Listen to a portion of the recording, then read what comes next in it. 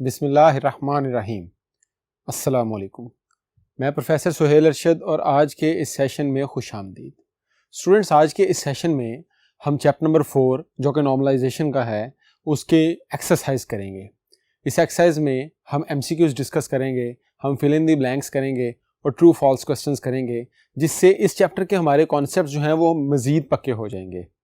इस चैप्टर के हम शॉर्ट क्वेश्चंस नहीं करेंगे। मैं प्रीवियस लेक्चर्स में भी बता चुका हूं कि शॉर्ट क्वेश्चंस जो हैं वो हमारे इसमें पहले से जो है वो इंक्लूडेड थे, यानी कि जो मैंने आपको क्वेश्चंस करवाए हैं लास्ट लेक्चर्स के अंदर, उनके अंदर मैंने शॉर्ट क्वेश्चंस भी आपके इंक्लूड करवा दिए थे। मैंने आपको बता दिया था कि ये शॉर्ट क्वेश्चन के तौर पर ही हम तैयार कर रहे हैं। तो चलिए आइए आज का लेक्चर जो है वो स्टार्ट करते हैं। सबसे पहला फिल इन द ब्लैंक हमारे पास है entity integrity constraint states that. अब यहाँ पर बात हो रही है एंटिटी इंटीग्रिटी कंस्ट्रेंट की। हम जानते हैं कि इंटीग्रिटी जो है वो हमारे पास दो तरह की होती है, एंटिटी इंटीग्रिटी और रेफरेंशियल इंटीग्रिटी।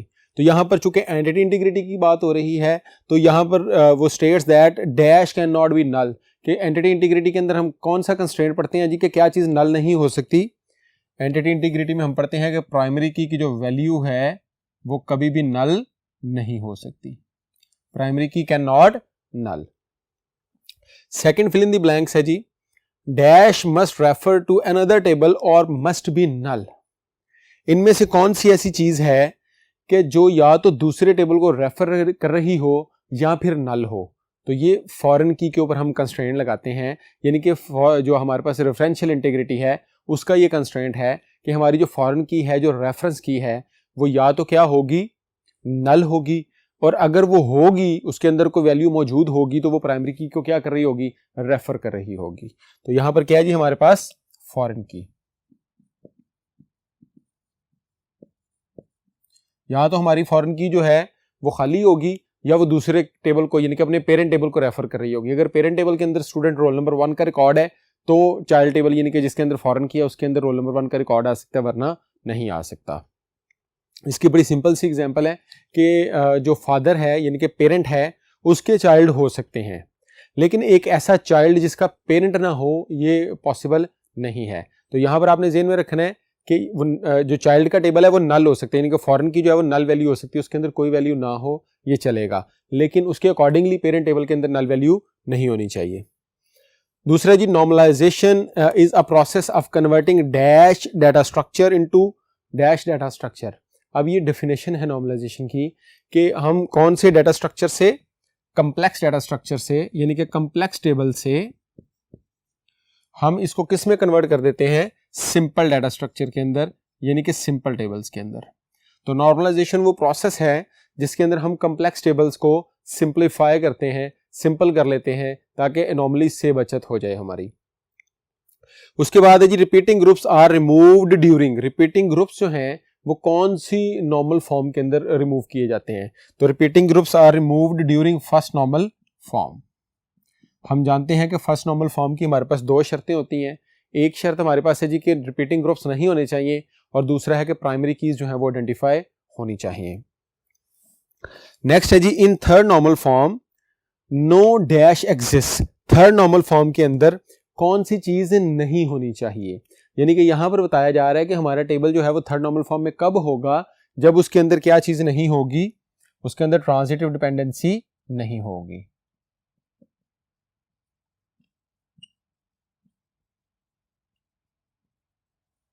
ट्रांजिटिव डिपेंडेंसी जो है वो अगर हमारे टेबल के अंदर नहीं होगी तो वो किस नॉर्मल फॉर्म में होगा, वो थर्ड नॉर्मल फॉर्म के अंदर होगा।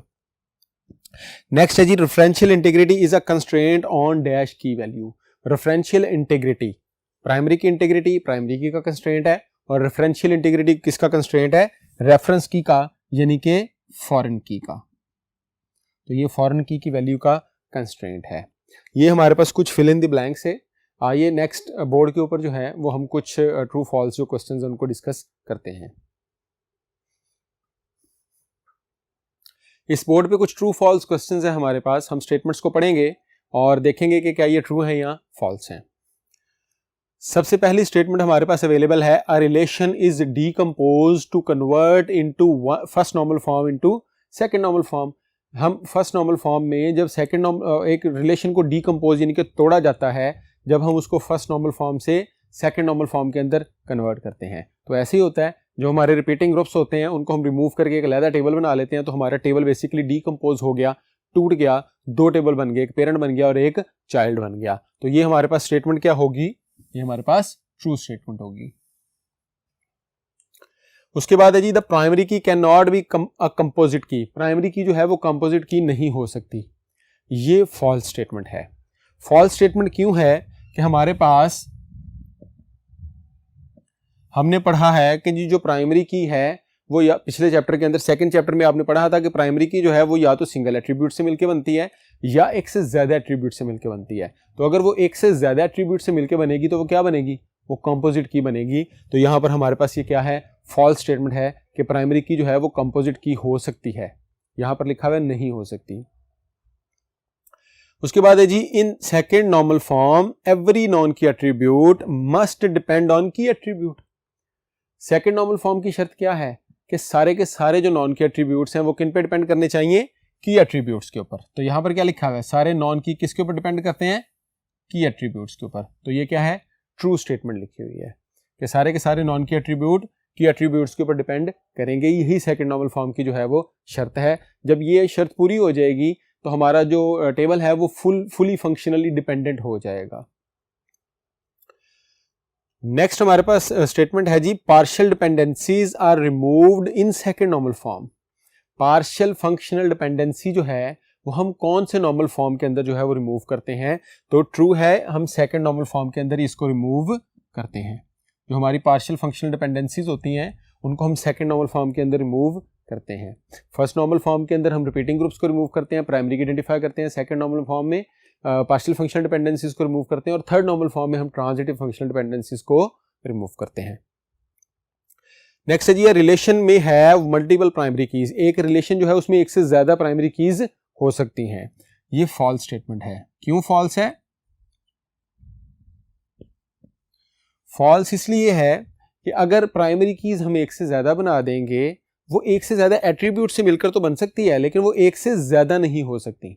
अगर हम उनको एक से ज्यादा बना देंगे तो प्राइमरी की का मकसद ही फौत हो जाएगा, क्योंकि प्राइमरी की यूनिक होती है, यूनिकली आइडेंटिफाई करती है। तो यहां पर ये हमारे पास फॉल्स स्टेटमेंट है। अ table is in second normal form if it contains single attribute primary की। अच्छा, ये मैंने लास्ट लेक्चर में बताया था कि अगर तो किसी टेबल के अंदर सिंगल एट्रीब्यूट की प्राइमरी की हो, यानी कि जैसे रोल नंबर को हमने प्राइमरी की बना दी है, तो ये ऑटोमेटिकली सेकंड नॉर्मल फॉर्म में होगा। क्यों, क्योंकि हमारे पास एक ही की एट्रीब्यूट है और उसी के ऊपर सारे नॉन कीज ने डिपेंड करना है, उसके पार्ट्स हैं ही नहीं। मिसाल के तौर पर 50 बच्चों की क्लास को एक ही टीचर पढ़ाते हैं तो 50 के 50 उन पे या तो डिपेंड करेंगे या नहीं करेंगे, तो उसमें पार्शियली डिपेंडेंट होने का कोई चक्कर नहीं होगा। तो ये क्या जी हमारे पास ये ट्रू स्टेटमेंट है। नेक्स्ट है जी in mutual exclusion one out of many choices selected. एक से ज्यादा चॉइसेस के अंदर से हम कोई एक चॉइस जो है वो सिलेक्ट करते हैं म्यूचुअल एक्सक्लूजन के अंदर। बिल्कुल ऐसा ही है जिस तरह से हमारे पास डाटा है जी मैरिटल स्टेटस का, तो वहां पर मैरिड और अनमैरिड में से हम किसी एक को सिलेक्ट करेंगे। हमारे पास डाटा है जी जेंडर का, तो हम मेल या फीमेल में से किसी एक को सिलेक्ट करेंगे। तो ये भी क्या हो गया, ट्रू स्टेटमेंट हो गई कि हम इनमें से वन आउट ऑफ मैनी करते हैं। उसके बाद है जी database is normalized to avoid certain anomalies. Database को क्यों नॉर्मलाइज किया जाता है, ताकि एनोमलीज को क्या किया जा सके, अवॉइड किया जा सके। Insertion anomaly, updation anomaly, deletion anomaly, ये तीन एनोमलीज जो है वो हमारे पास पाई जाती हैं। तो ये भी क्या हो गई हमारे पास ट्रू स्टेटमेंट। हम बेसिकली इन्हीं एनोमलीज को खत्म करने के लिए अपने डेटाबेस को नॉर्मलाइज करते हैं कि हमें डाटा को इंसर्ट करते हुए कभी को मसला पेश ना आए, हमें डिलीट करते हुए मसला पेश ना आए, हमें अपडेट करते हुए कभी को मसला पेश ना आए, मॉडिफाई करते हुए। लास्ट है जी attributes on the left side of the arrow is dependent. ये हमारे पास डिपेंडेंसीज की बात हो रही है। अगर फॉर एग्जांपल हमारे पास इस तरह से लिखा हुआ हो ए एरो बी, तो अब इसमें से वो पूछ रहा है जी एरो के जो लेफ्ट साइड पर है ये डिपेंडेंट है। ये रॉन्ग स्टेटमेंट है।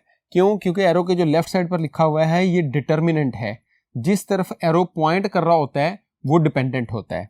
तो ये रॉन्ग स्टेटमेंट है, ये फॉल्स स्टेटमेंट है हमारे पास। ये स्टूडेंट्स कुछ ट्रू फॉल्स क्वेश्चंस थे। आइए कुछ मज़ीद MCQs जो हैं वो नेक्स्ट बोर्ड पे जाके डिस्कस करते हैं। इस बोर्ड पे हम MCQs डिस्कस करेंगे। नंबर ऑफ़ MCQs जो हैं वो इस टेस्ट के अंदर मैंने कम रखे हैं इस लेक्चर के अंदर। उसके पीछे रीज़न ये है कि हम मैक्सिमम, ये बिल्कुल छोटा सा चैप्टर है, हम इसके सारे के सारे कॉन्सेप्ट्स ऑलरेडी डिस्कस करके आ चुके हैं, तो MCQs के अंदर जस्ट इनकी रिवीजन करना मकसद था। तो इसके लिए हमने जो है वो इसमें सिर्फ 5 MCQs रखे हैं। आइए हम इनको देखते हैं। सबसे पहले है जी, which dependency is removed in third normal form. Third normal form के अंदर हम कौन सी डिपेंडेंसी जो है वो रिमूव करते हैं। तो हम जानते हैं कि हमारे पास जो डिपेंडेंसीज हैं वो पार्शियल और ट्रांजिटिव हैं। पार्शियल फंक्शनल डिपेंडेंसी हम सेकंड नॉर्मल फॉर्म में रिमूव करते हैं और थर्ड नॉर्मल फॉर्म में हम ट्रांजिटिव फंक्शनल डिपेंडेंसी को रिमूव करते हैं। तो यहाँ पे ट्रांजिटिव फंक्शनल डिपेंडेंसी डेल्टा हमारा क्या होगा, करेक्ट आंसर होगा। उसके बाद है जी, एवरी रिलेशन मस्ट हैव आ। हर जो रिलेशन होता है, हर जो टेबल होता है, उसकी लाजमी एक कौन सी की होती है। यहाँ पे लिखा हुआ है प्राइमरी की, कैंडिडेट की, सेकेंडरी की, कंपोजिट की। तो हर रिलेशन की वो कह रहा है कि जी कौन सी की जो है वो मस्ट होती है। तो हर रिलेशन के अंदर हमें पता है कि प्राइमरी की जो है वो क्या होती है, मस्ट होती है। उसके बाद है जी, referential integrity is applied on. Referential integrity जो कंस्ट्रेंट है वो इसमें से किस चीज के ऊपर अप्लाई किया जाता है। तो रेफरेंशियल यानी कि फॉरेन टेबल के ऊपर अप्लाई किया जाएगा, यानी कि चाइल्ड टेबल के ऊपर अप्लाई किया जाएगा। फॉरेन टेबल, सॉरी मैंने कह दिया, फॉरेन की के ऊपर अप्लाई किया जाएगा, यानी कि चाइल्ड टेबल के ऊपर अप्लाई किया जाएगा। तो यहाँ पे फॉरेन की, चार्ली जो है वो हमारा करेक्ट आंसर बनेगा। नेक्स्ट है जी, इसके अंदर से फॉरेन की के ऊपर हम रेफरेंशियल इंटीग्रिटी का कंस्ट्रेंट अप्लाई करते हैं। प्राइमरी की के ऊपर हम जो हमारा जो है एंटिटी इंटीग्रिटी, उसका कंस्ट्रेंट जो है वो अप्लाई करते हैं। और हम जानते हैं कि इंटीग्रिटी की ये सिर्फ 2 ही टाइप्स हैं। नेक्स्ट है जी, different attributes in 2 tables having same name referred as. 2 tables के अंदर, यानी कि 2 इंडिपेंडेंट टेबल्स के अंदर, 2 पेरेंट टेबल्स के अंदर, जब हम 2 जो एंटिटीज हैं उनके जो नाम हैं, यानी कि उनके जो अंदर फील्ड्स हैं, उनके एट्रीब्यूट्स के नेम जो हैं वो सेम रख देंगे, तो ये कौन सा प्रॉब्लम है। आपको याद होगा कल हमने ये डिस्कस किया था लास्ट लेक्चर के अंदर कि ये कौन सा प्रॉब्लम है, ये होमोनिम्स का प्रॉब्लम है। होमोनिम और सिनोनिम, अक्सर स्टूडेंट इसमें कंफ्यूज होता है। 2 पेरेंट टेबल की जब बात हो रही होगी तो होमोनिम का मसला आएगा, जब पेरेंट और चाइल्ड की बात होगी तो सिनोनिम का मसला आएगा। ये मैंने आपको हिंट बता दिया, ये हिंट आपने अपने ज़हन में रखना है कि जब पेरेंट चाइल्ड टेबल है, एक हमारे पास डिपेंडेंट और एक इंडिपेंडेंट टेबल है, तो क्या होगा, यानी कि एक डिटर्मिनेंट होगा, एक डिपेंडेंट होगा, तो वहां पर क्या होगा, सिनोनिम का मसला आएगा।